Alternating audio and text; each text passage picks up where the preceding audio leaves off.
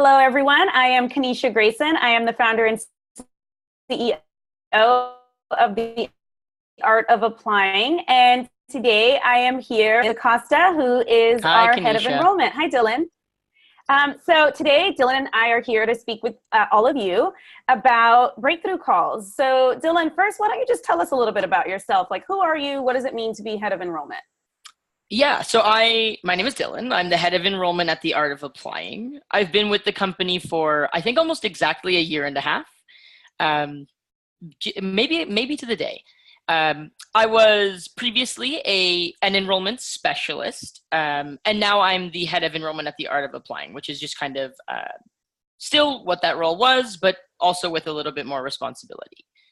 Um, who am I personally? I'm a Canadian. I live outside of Toronto, Canada, um, and I am a very passionate football fan, European football. Um, yeah, And you that's pretty much the only distinguishing thing about me. Everybody yeah. knows me as the Liverpool guy. Liverpool is my soccer team. Okay. I also think it's interesting that you used to be a journalist.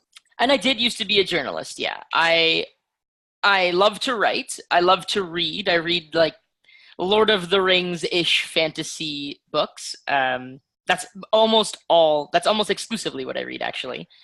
Um, yeah, and so my love of reading, I guess, translated into a love of writing. I was always a strong writer in school, that type of thing. And when I went to plan my career post high school and deciding what I wanted to study, I really thought journalism was what that was going to be. I took several jobs in the newsroom, worked my way up to actually being a reporter, covering a bunch of different beats, and I hated it. I liked the writing aspect, but I didn't like the way that I had to write. I think what really drove it home for me was the first time I ever wrote a review for a play, like something on Yeah. stage. That was the most fun I had in my entire career as a journalist because there was freedom. There was real Right. freedom for me and artistic flair and that type of thing.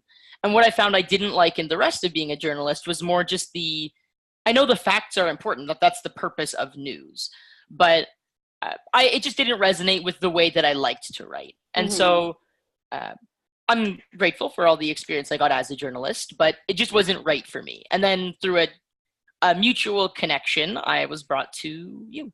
And now I'm here as the head of enrollment for the Art of Applying. Wonderful. Yes. And it's been a wild ride. The business has grown tremendously since you've been here, and great thanks to your hard work as an enrollment specialist. So, what is all these words? What is an enrollment specialist, and what is a breakthrough call? Yes, an enrollment specialist is the person on the front end of our business who speaks to people who are interested in speaking to us. Uh, you're the CEO and the founder of the company, and the reality is you're doing a lot of things that require your attention all day. You're not talking one-on-one with prospective clients. That doesn't make sense to serve the needs of the people who are already working with us. And so what an enrollment specialist does is serves as that person. They're kind of the gatekeeper to talk to people, see what's working in their application process, and invite them to work with us if they're the right fit. And that's actually exactly what the breakthrough call is. The breakthrough call is what happens between an enrollment specialist and the person interested in working with us. And together they do those things. They discuss the strengths and weaknesses of that candidate's application package, where they want to go, what their goals are, their motivations, what their fears are, what traumas they've experienced that have contributed to different things in their lives or their goals or their applications. And then together make the decision on, is this the right fit for moving forward? And if it is, then move forward and get started working with us. Okay, so my intuition tells me that it might actually be important for me to clarify what we even do, just in case this is the first of our videos that someone's watching. So to be clear, that we are the Art of Applying, and we help people from all over the world get into the world's very best business schools, policy schools, law schools, joint degree programs, scholarships, and fellowships. I started the business in 2010 when I was at Harvard Business School and Harvard Kennedy School. I started it with a $10,000 entrepreneurship grant from the Entrepreneurship Center at HBS. And it was just me and a laptop And 8 years later, we're now $1 million company with 5 employees, 15 contractors. We have served probably 1,000 clients at this point, and it's all very exciting. So if you want to go to an Ivy League business school, policy school, law school, top school, primarily in the US, we do some abroad, then we're the people that can help make that a dream for you. And especially if you want to aim for some scholarships and fellowships as well. So so Dylan, he joined just a year and a half ago, had never even sold a candy bar. And I trained him in what it means to speak to people about their dreams and goals and applications. And he was just phenomenal in the role. And now he's head of enrollment. And so glad to have you. Yeah. You're assuming that I had never sold a candy bar before. Had you sold a candy bar? No, I had not. I had sold a lot of candy bars. I sold candy bars. Maybe for school. Yeah. Yeah, like when I was very young. Yeah, for like choir or band or something. And I also was a Girl Scout, so I sold a lot of Girl Scout cookies. And then I had a little newspaper at one point. I also sold friendship bracelets. So I've always been an entrepreneur. But so the breakthrough call. One thing we haven't made clear yet is that every person who ends up working with us as a client on their graduate school applications has to have a breakthrough call. Yes. So we don't actually sell from our website like most other companies that help people apply to grad school. We don't have like a shopping cart where you can go on there and there's all these different services and programs and things you can buy and you just click a button and purchase. And why is that, Dylan? Why do we not have prices on our website? Why do we not have all these different packages that you can just buy and get started immediately? Why do we have people come and speak to our team, to our enrollment specialists for a breakthrough call? Yeah, because for us, it doesn't make sense to work with anybody if we can't help them reach their goals. And that doesn't mean we're judging people's worthiness as applicants or anything like that, but it just genuinely doesn't make sense. Why would you pay money for something that would not work for you? And similarly, why would we spend our valuable time and our resources, as in our consultants and our team, working with somebody that we just can't help, that doesn't make sense for either party? So it really does for us. It's really necessary that people come through and have a breakthrough call, because that's the only way we can make that assessment. And that rule is concrete. I've talked to people who have worked for the company before, or who you went to high school with, people that are recommendations from yourself, but they still are required to have a breakthrough call, because otherwise that's eroding our integrity if we're inviting people without knowing we can actually help them. And so that's what my job is, and the other enrollment specialist is figuring out, can we help you? That's exactly right. And so one thing that doesn't happen as much anymore, but happened probably when you first joined the Art of Applying, and people saw that they would be speaking to you and not to me, and they'd be like, who is Dylan? He didn't go to Harvard. Like, why am I speaking to him? So, what qualifications do you have, and why are they speaking to you and not to Kaneisha? And you don't know anything. Am I going to be able to get what I need by speaking to you or to another enrollment specialist on the team? Mm-hmm. I always think that's really funny, because if people come to us because they resonate with our mission, they resonate with your story, or they know about our success, that type of thing. To me, it's almost like, why does it matter to you what the process is? It matters that the process works. Mm-hmm. If you believe in our company and in our founder, why would you not believe in the decisions that she's making and the people that she's choosing to represent the company on that front end? That's right. I understand the question, but for me, I've never found it insulting or even wasted a second thinking about it or explaining it. I'm the one talking to you because it is my job to talk to you. And if you want to work with us, that's how it works. That's exactly right. And I also, for me as a business person, I think I don't want to work with any business where the CEO is taking time out of their day to talk to someone who is not even an actual client.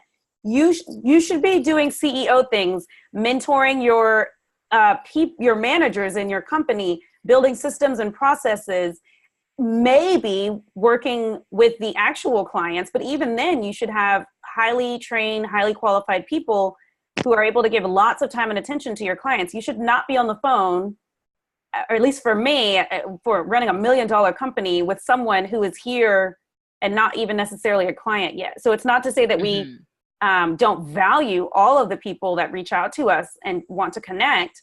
But yeah, it's so interesting to me when people expect to speak to me, because it's like, no, I'm busy making sure the company is running well.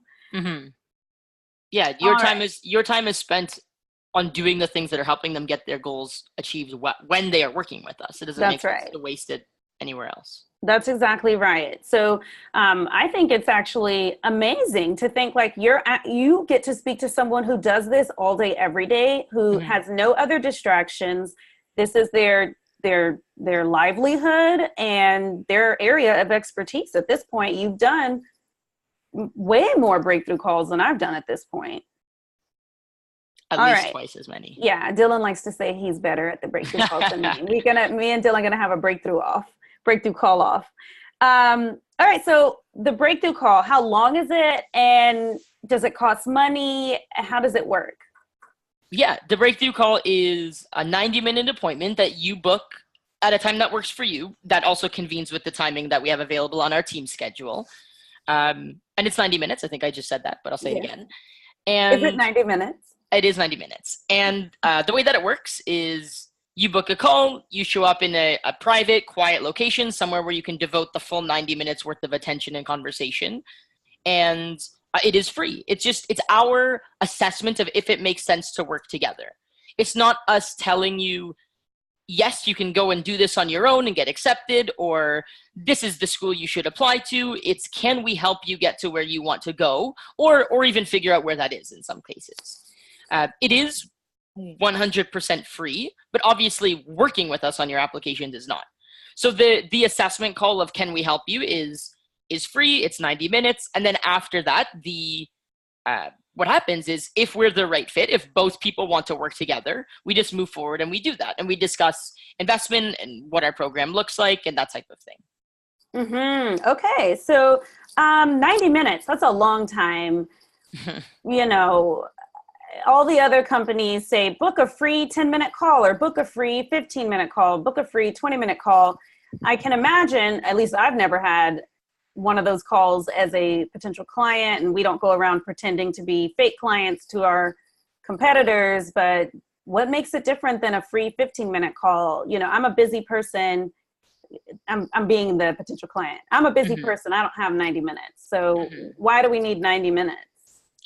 I would say if you're so busy that you don't have 90 minutes to speak with somebody about your applications, then you likely do not have the time to work with us and wouldn't be the right fit for what we want to do.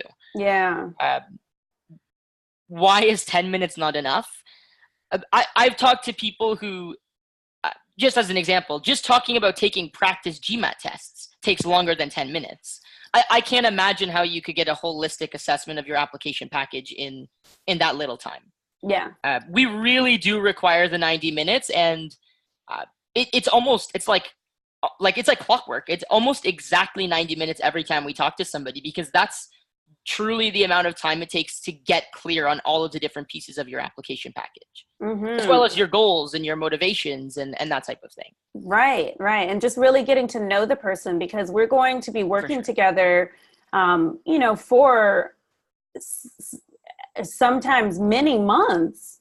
And so we really want to make sure it's going to be a great fit. Not only are we confident that we can help you get your ideal outcome, but is it going to be fun? Is it going to be a productive working relationship? Not just, oh, do you have the money? Click buy and let's get started.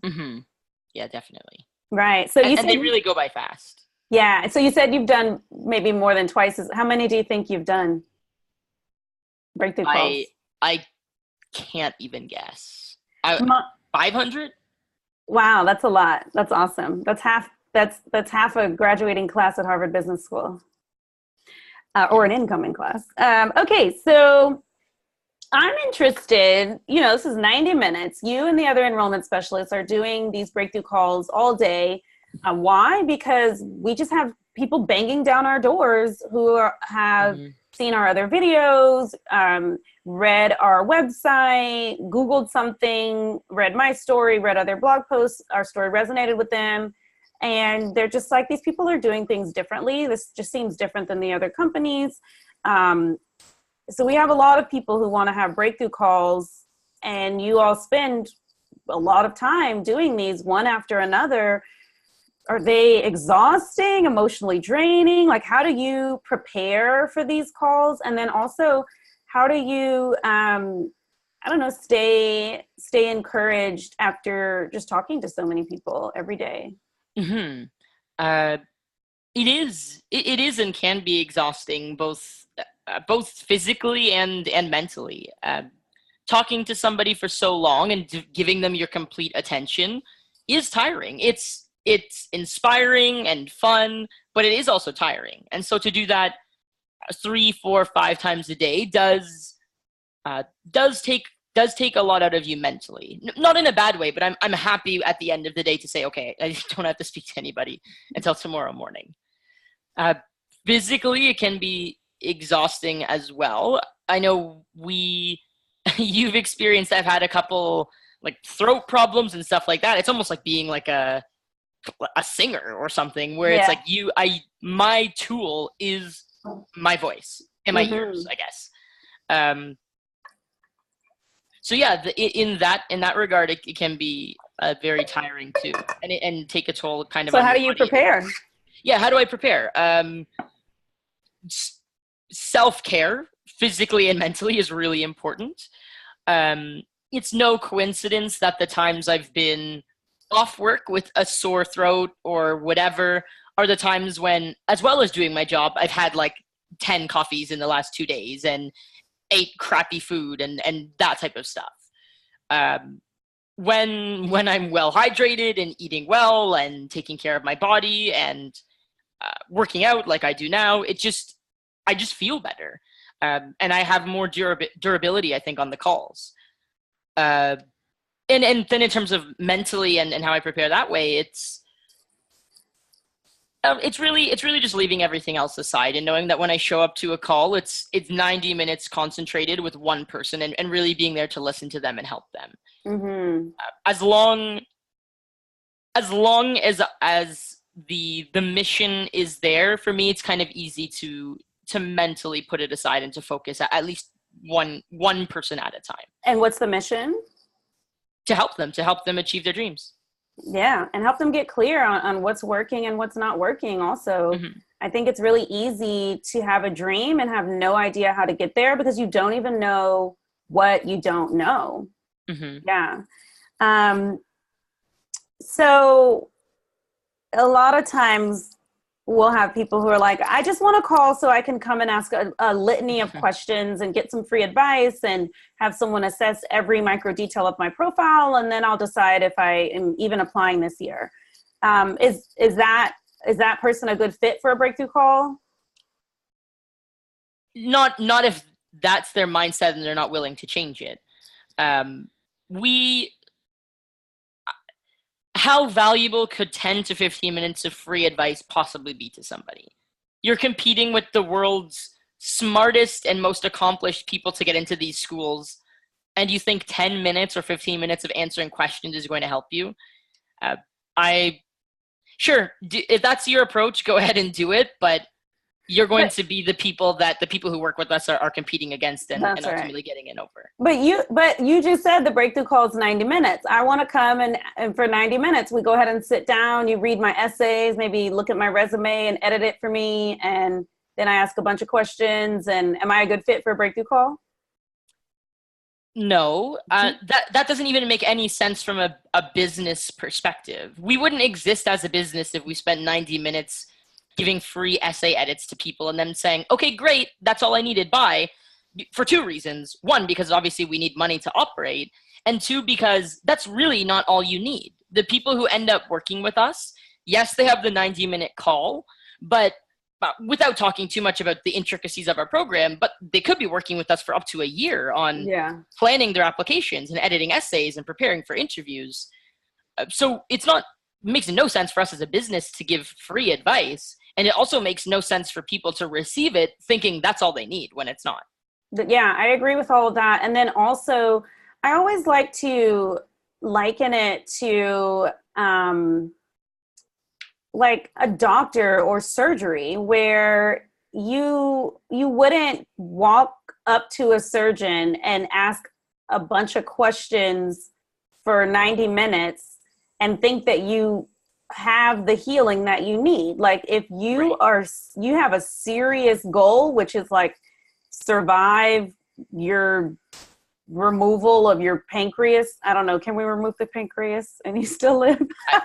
I'm not the expert. But if whatever you need, your appendix or whatever, coming and having like a conversation and the doctor writing you like a prescription for like the symptoms versus actually removing the serious problem is not gonna get you what you need. In fact, you might die when your appendix bursts. So it can actually hurt you to go around from company to company collecting what you think of as like free advice and trying to like put it all together and make like a Franken application out of the free advice you got from a few random friends, some forums, some Googling, and some consultation calls. So I do like to always clarify that the purpose of the breakthrough call is to get clear on what's working, what's not working in your application, and also to get clear, like if we, the Art of Applying, can help you reach your goals.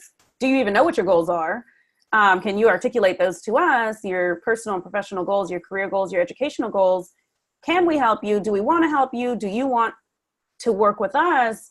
And then what does working together look like? We're not just here to like chill with people for 90 minutes and then like never speak to them again. The idea is that it's the beginning.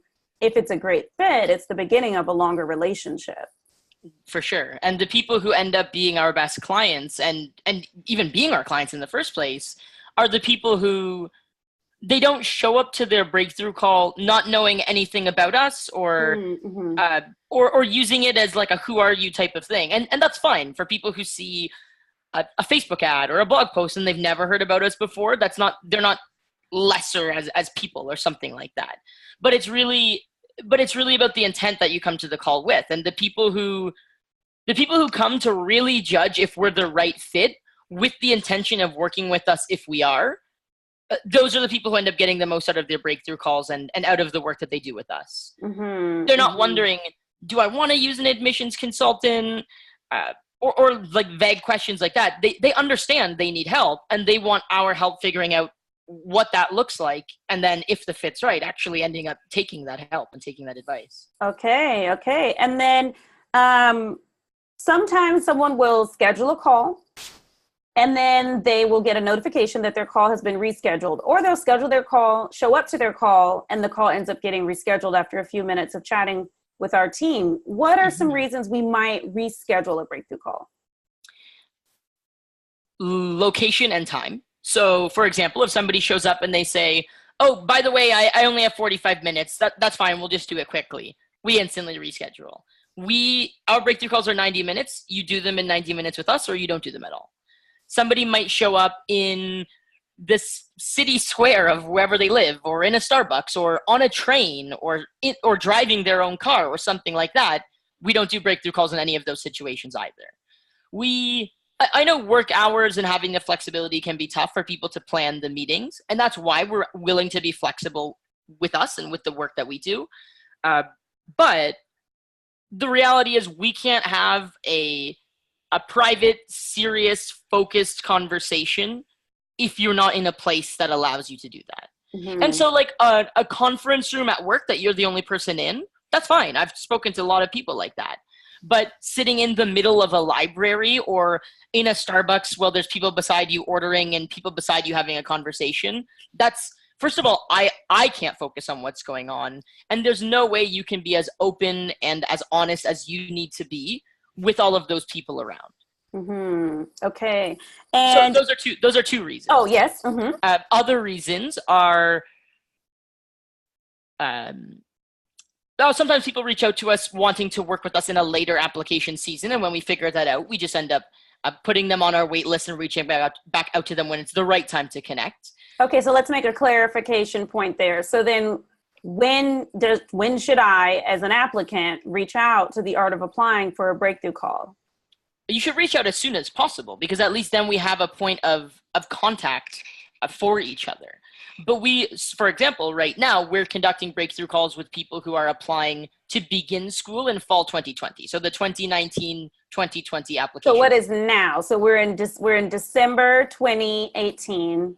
Correct. Yeah, and we are now speaking with people who want to work with us in 2019 to apply to schools, to start school basically in fall 2020. Correct. Man, it's so hard. There's so many numbers and so many like year jumps we got to do. But basically, you want to come to us with your deadlines. No, at the very latest, and this is like really skimming the deadline, would be like at the very latest. One more time, Dylan. At the very latest. At the very latest, like 10 weeks before your earliest deadline. But at the earliest, you can come years ahead of time so that we can establish contact. A lot of people actually that are working with us now have been in conversation with me or other people who work for the company for years, for 5 years. So it's never too early to reach out. But as far as your breakthrough call, you at the very latest 10 weeks before your earliest deadline. That's cutting it close. And then at the earliest, as far as you'll actually have a breakthrough call, would be, I'd say 12 to 18 months before, 12 to 18 months before your earliest deadline. And if you need one number to hold on to, come to us 12 months before your deadline and let's have a breakthrough call. Yep. All right. So what's this whole thing about?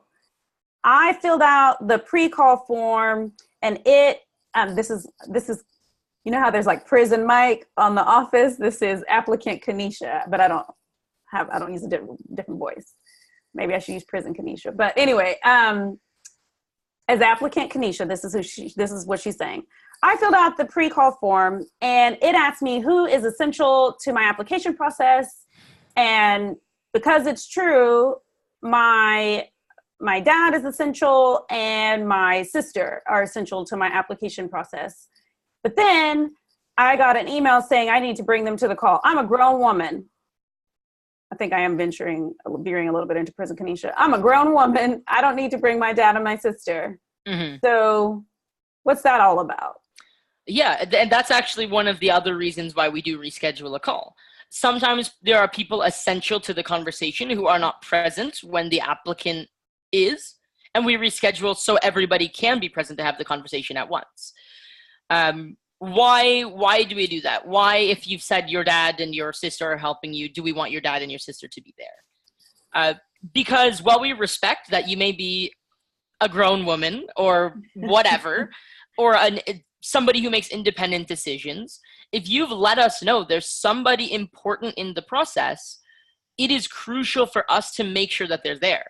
And that's because our 90-minute breakthrough call is free, but it's free because it's an assessment of how we can work together and how we can help.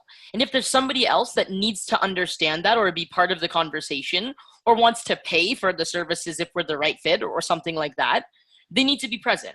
Not only because it's impossible to relay a 90-minute conversation, because understandably, going to your parents and saying, hey, I want to pay for this thing online sounds crazy to parents who weren't involved in the conversation of having it. And just also, there was a good example the other day. One of our clients who just got some amazing results, including acceptance to Harvard Business School, had an initial... Well, I want to say them. Okay, acceptance to Harvard Business School, acceptance to UVA Darden with a full tuition scholarship, acceptance to Haas for business school with a half tuition scholarship, and maybe some more. I don't know. Yeah, we don't want to take time to look up the spreadsheet he made. He made us a spreadsheet which shows what a darling he is. It's showing all his results for us and summarizing it. But anyway, go ahead and tell us what that client told us.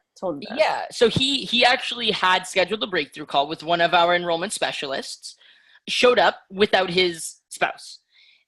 They discussed, he was talking about how his spouse is crucial, and they ended up rescheduling the call. He later spoke with me and brought his spouse and ended up working with us.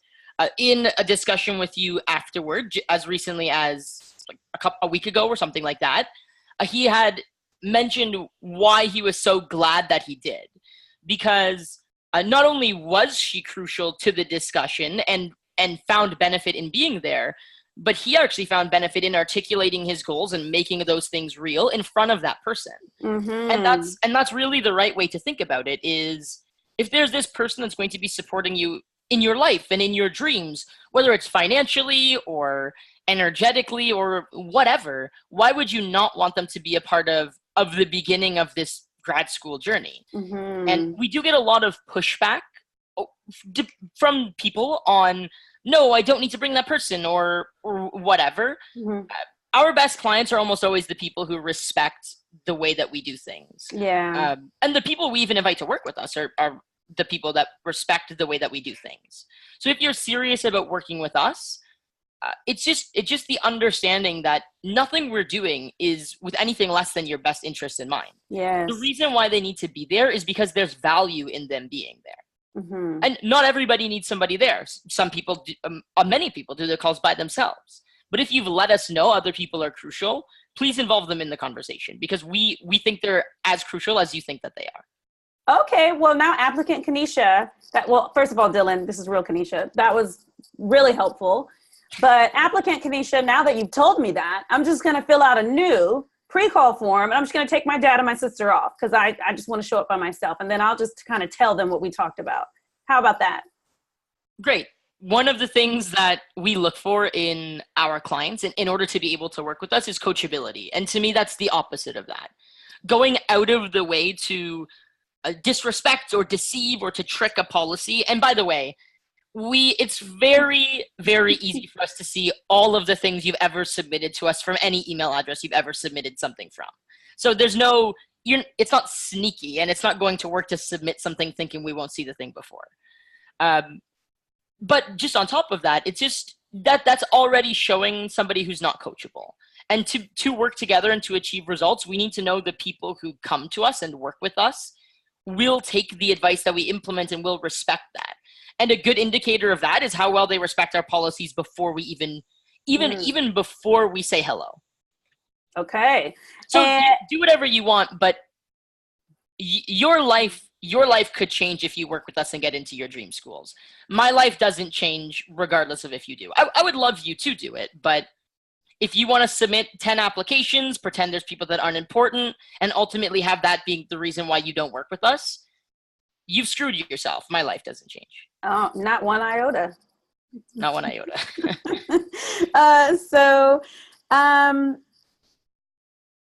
Now I'm curious. Let's talk about what we are looking for in a client. So someone is on their breakthrough call with an enrollment specialist, whether it's you or someone else. And I do want to make the point that, like, I don't want y'all to transfer that attitude of why am I not speaking with Kaneisha? Don't transfer that to Dylan either and be like, oh, why am I not speaking to Dylan if you're assigned to someone else? Because if you're speaking to someone on my team, it's someone who I have hired and trained and trust dearly with this very important sort of gatekeeping role. So don't worry about that if you're not speaking to Dylan either. But let's say we're on a breakthrough call. What are we looking for in a client? Do I have to have a really high test scores and gone to like a really fancy school? Do I have to already have my essays done? Surely, let me just finish, my test prep. Then I'll book my breakthrough call, right? It basically, like, what are you looking for in a client? I want to make sure on the breakthrough call that if I do want to work with you all, that I show up the way that you feel you can help me. Yeah, I think what we're looking for in a client is, it's not a number. It's not something like that. For me, it's really simple. What we're looking for is just somebody we will enjoy working with and know that we can help. And so you don't have to feel like, or you don't have to be the perfect applicant and have perfect grades and perfect test scores and the big brands on your resume. If you had those things, you probably wouldn't even be reaching out to us in the first place. Well, no. Well, some people do, but yeah, yeah. But what that is to say is we're not looking for you to audition to work with us. We're not looking for the top the top GPAs or the top test scores. Mm-hmm. We're looking for somebody who is open and honest about the gaps in their application, is self-aware enough to understand them, or at least want help understanding them, and then has the commitment and the passion and the drive to move forward. And the coachability, again, to implement the advice that they need to take. So it's really, we talk about the numbers and we talk about pieces of your application, but that's not what we use to judge if you're a person we would like to work with. Yes, they're relevant in some sense to understand, is there any chance of us achieving your goals? But for us, it's more about how committed are you and how open are you to taking the advice that will get you to the level you need to be at. Okay, well, that is helpful. Now I'd love to address one thing that applicant Kaneisha said, which was I'm just not ready yet to have my breakthrough call. Like, I want to work on my test. I want to get clear on all my schools. I want to talk to 3 people, 3 students at each of my target schools. I want to go research I want to Google MBA admissions consulting companies, and I want to research all of them. And then I want to book my breakthrough call. Is that a good idea? No. The people who are able to implement the advice that we give them are the ones who start early. There are a lot of people who think, and I talk to them, who come very late in an application season because they just find less than 10 weeks until their application deadlines. Yeah. Because they just got the test score that they were looking for, or because they just tried and now they still don't have the test score they were looking for. But that happens a lot. That happens a lot, but there's no time to worry about it anymore. So now they're in desperation mode. They need to get everything else completed. And that's not the best way to handle anything in life, including your application process. The reason why reaching out to us is not only beneficial, but really crucial if you want to maximize your chance of getting good results, is because there are so many different steps to take in your application process, whether it's finding the best places to volunteer or courses to take prior to applying or things like that take time to do. And if you're figuring those out in December, as in December right now of 2018, you're not doing them. Yeah. If right now you're learning of those things so you can apply for September, you at least have 9 months. If you come to us in June and you want to apply for round 1 MBA applications in September, you don't even have the time to implement action steps. That's right. Some people need less action steps than others, of course. But you're only doing yourself a favor if you're showing up and giving yourself time. Do not wait until you got your perfect test score to come work with us, because probably 99% of applicants don't even get their perfect test score. Yeah, the one that they wanted. So you'll be waiting forever. And not only that, but if you do get it, the likelihood that you still have time, if you haven't even started thinking about the other things, to put that amount of effort and energy and get that result from the rest of the pieces of your application is very little. There's so many pieces to juggle. You're giving yourself a hard time if you're trying to juggle them with 10 weeks to go until your application. That's right. Yeah. And I think a lot of people think 10 weeks is a lot of time. I think most people think, last minute means working the last 5 days before the deadline. And I'm like, I can't even imagine that. No way. So many of our clients, we still have, December 20th today. So we still have about 14, 15 days until the deadline. And many of our clients are already done with their round 2 applications. Why? Because the art of applying is not a crazy machine. We're big fans. I can't reach my book. Maybe you can reach your book, but we're big fans of the book. It doesn't have to be crazy at work. And it doesn't have to be crazy to apply to an Ivy League business school, policy school, or law school. And it's absolute crazy making to be working on your application hours, minutes before it's due, technical issues happening. So that's also just part of it. Is I didn't start this business to never get to rest or have fun. And I want my clients to be able to rest and have fun. I don't want my clients writing essays on Christmas Day and things like that. So I don't even remember what question we were talking about that made me ask that. Why begin working with us early as opposed to reach out last minute? Yeah, and don't reach out and don't try and stack everything perfectly before you reach out. Reach out to us and let us tell you if we think it's too early for us to interact. We are in mid-October. As of mid-October, we stopped accepting people who were applying in December or January. Yeah. For 2000. For Application Accelerator, for our signature program. Yes. Yes. So many of those people thought, oh, I still have so much time. But if even working with an expert who can help you efficiently and effectively complete all of those parts, if even then you don't have enough time, how could you possibly have enough time to do it on your own? Especially if you don't know what you need to do.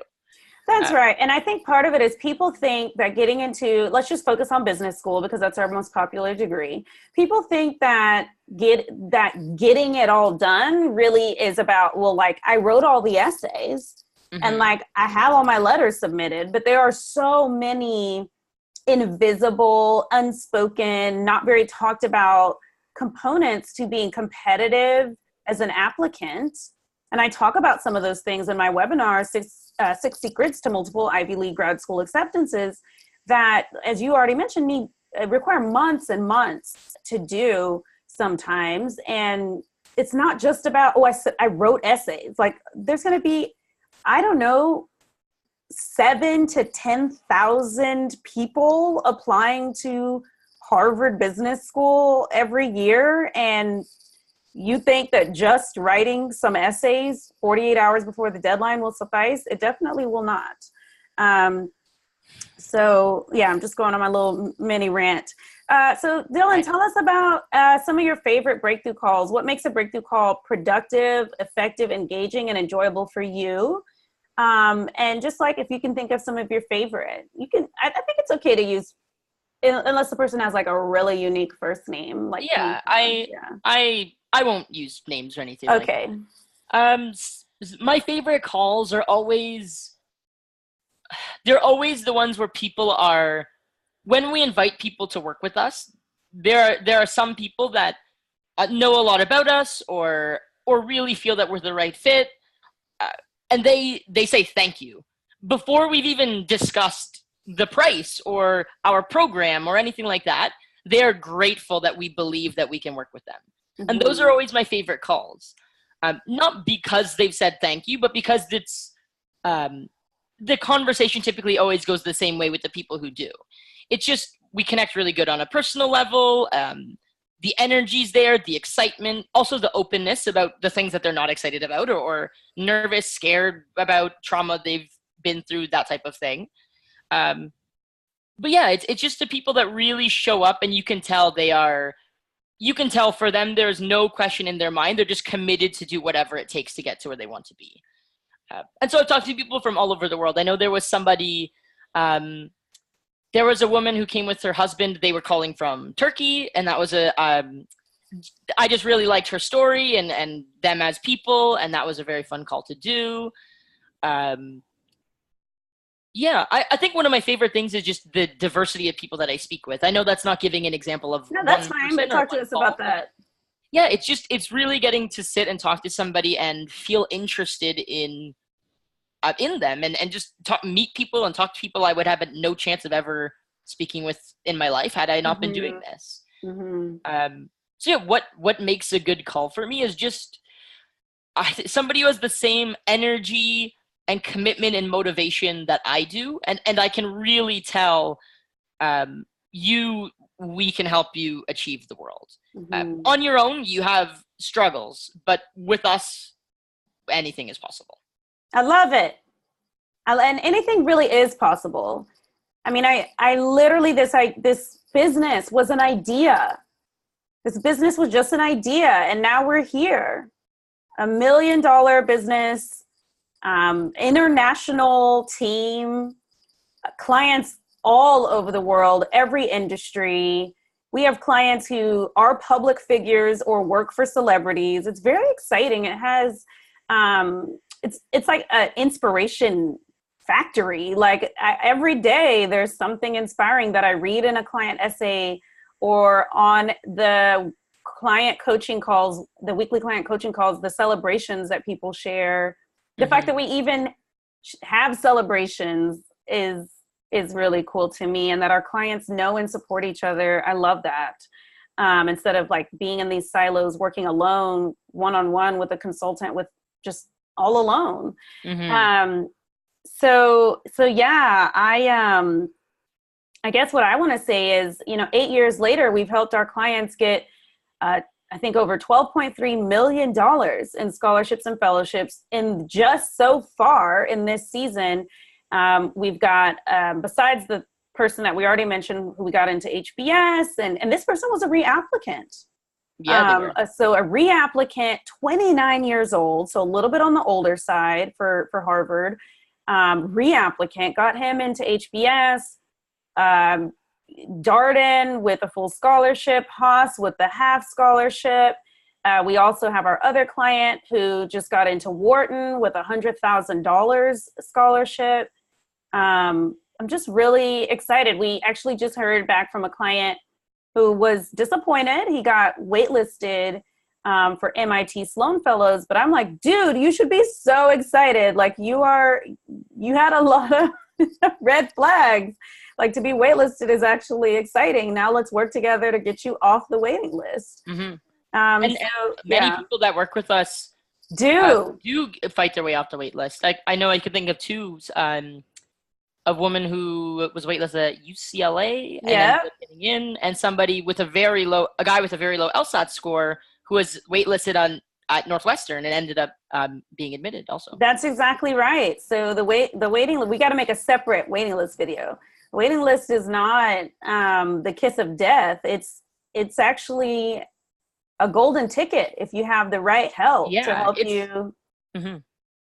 You're closer to being accepted than you were before you applied. That's exactly right. Okay,